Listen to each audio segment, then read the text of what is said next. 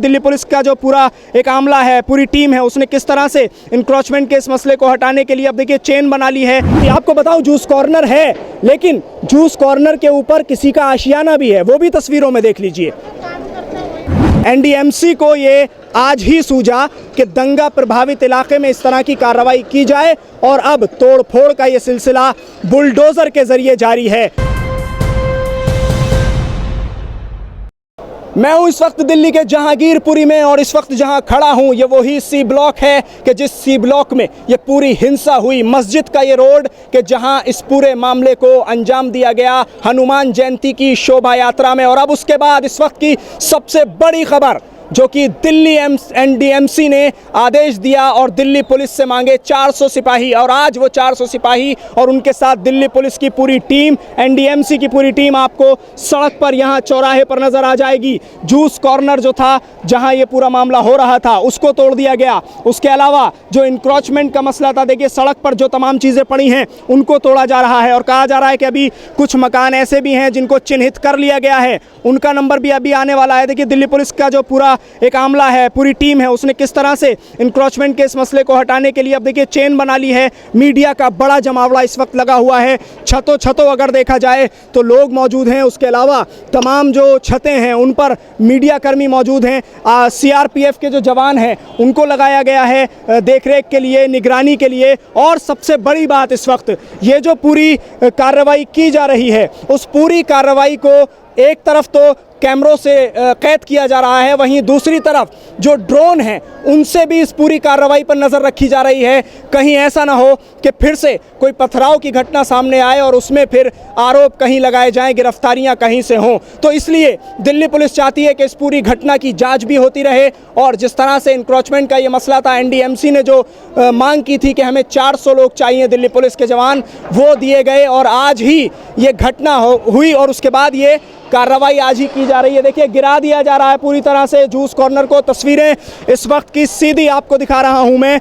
आज का ये दिन, घटना का चौथा दिन, 16 अप्रैल को पूरी घटना हुई है और 16 अप्रैल के बाद एनडीएमसी लगातार इस डिमांड में थी कि हमें 400 पुलिसकर्मी चाहिए जो कि हमारा साथ देंगे और हम उनके साथ मिलकर ये इंक्रोचमेंट का मसला ख़त्म करेंगे। देखिए पूरा मुस्लिम इलाका है जिसमें ये इंक्रोचमेंट का मसला बनाकर इसको अब यहाँ से घरों को तोड़ने की और सड़क से जो दुकानें हैं और जो कबाड़ का काम करने वाले लोग हैं उनकी दुकानों को ख़त्म करने की ये एक ड्राइव यहाँ से चलाई जा रही है। क्योंकि कहा जा रहा है कि हमें योगी राज चाहिए, दिल्ली में भी यही मांग की जा रही थी। आपको बताऊं जूस कॉर्नर है, लेकिन जूस कॉर्नर के ऊपर किसी का आशियाना भी है, वो भी तस्वीरों में देख लीजिए।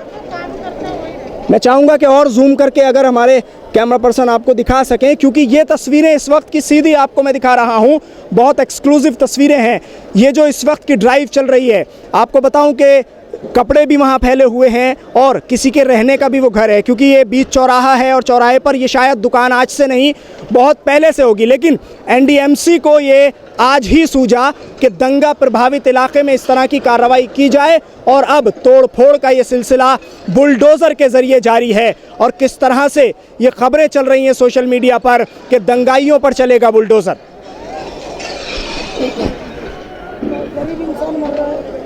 क्योंकि अगर कहा जाए तो एक तरह से ये साबित कर दिया गया है कि ये इलाका दंगा प्रभावित ज़रूर है, लेकिन दंगाई भी यहीं रहते हैं। इस चीज़ को ये साबित करने के लिए एनडीएमसी ने पूरी तरह से अपनी कोशिशें की हैं। तो वहीं दूसरी तरफ जो पैरामिलिट्री फोर्सेस हैं, अर्धसैनिक बल हैं, उनकी तैनाती लगातार नज़र आ रही है दिल्ली के इस इलाके जहांगीरपुरी में। आपको तस्वीरें अगर मैं दिखाऊं तो ये पूरा जो मस्जिद रोड है सी ब्लॉक का, उस पर किस तरह से जो सीआरपीएफ के जवान हैं उनकी तैनाती है, मुस्तैदी नज़र आ रही है। बड़ी संख्या में जो सीआरपीएफ के जवान हैं वो इस वक्त आपको नज़र आ रहे होंगे और उन्हीं के साथ साथ जो दिल्ली पुलिस के जवान हैं, क्योंकि 400 जवान एनडीएमसी ने इस पूरी ड्राइव को चलाने के लिए मांगे थे और वही 400 जवानों की जो पूरी मुस्तैदी है उसी की देखरेख में ये पूरा मामला यहाँ पर किया जा रहा है। आपको तस्वीरें इस वक्त की सीधी हम न्यूज़मैक्स के ज़रिए दिखा रहे हैं, क्योंकि यहाँ इस वक्त कनेक्शन काफ़ी वीक है, वरना आपको लाइव तस्वीरें ज़रूर दिखा सकते थे। लेकिन आपको ये तस्वीरें इस वक्त चौराहे से नज़र आ रही हैं, बुलडोज़र चल रहा है और ये कहा गया था कि हम चाहते हैं ये न्यूज़ मैक्स आपको बता रहा है कि लगातार ये बात कही गई और मीडिया के ज़रिए जो हेडलाइन चल रही हैं वो भी यही हैं कि दंगाइयों के घरों पर बुलडोज़र चल रहा है। देखिए किस तरह से वो घर है दुकान के ऊपर,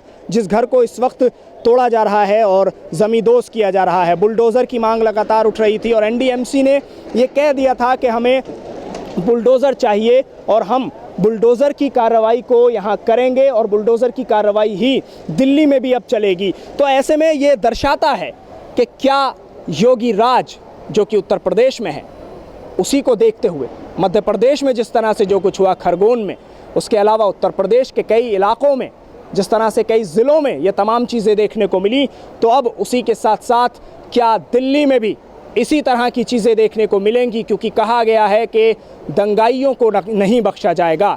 क्योंकि अंसार का जिस तरह से बात कर लें या उसके अलावा सलीम की बात कर लें, सोनू की बात कर लें, तो इन तीनों को मुख्य आरोपी बनाया गया है। और उसके अलावा दिल्ली पुलिस कमिश्नर का कहना है कि तकरीबन अभी 100 लोगों की गिरफ्तारी और इस मामले में हो सकती है।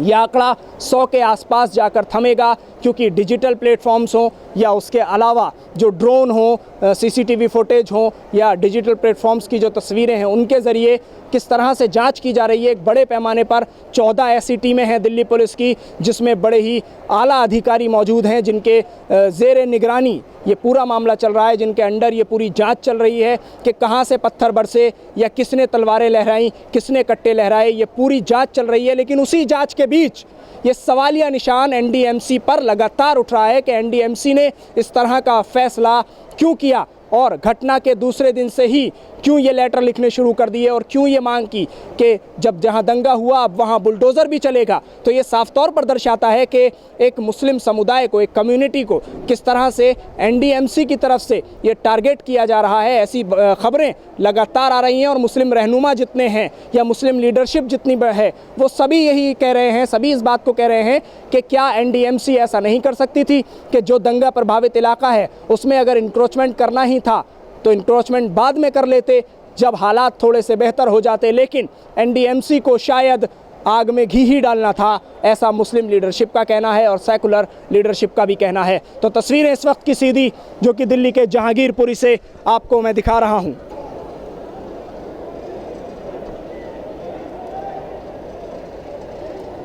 ये वही चौराहा है कि जहां पत्थरबाजी हो रही थी, जहां तलवारें लहराई जा रही थीं। और आपको ये भी बता दूं कि ये मस्जिद रोड है, आपको मस्जिद की मीनार भी मैं यहां से दिखा सकता हूं। मैं मस्जिद के 2 ही घर इस वक्त पहले मौजूद हूं जहां मैं इस वक्त खड़ा हुआ हूं। आप देख सकते हैं कि मस्जिद भी यही है जिस मस्जिद के नीचे ये पूरी घटना को अंजाम दिया गया, जहाँ से हनुमान जयंती का ये पूरा जुलूस, ये पूरी शोभा यात्रा निकल रही थी। और किस तरह से मस्जिद का जो सहन है उसमें भगवा रंग के झंडे पाए गए। लेकिन जब दिल्ली पुलिस कमिश्नर से एक पत्रकार ने ये सवाल किया कि क्या मस्जिदों पर भगवा झंडे लहराने की कोशिश की गई, तो दिल्ली पुलिस कमिश्नर ने कहा कि इस खबर में कोई सच्चाई नहीं है, ये बिल्कुल झूठ है।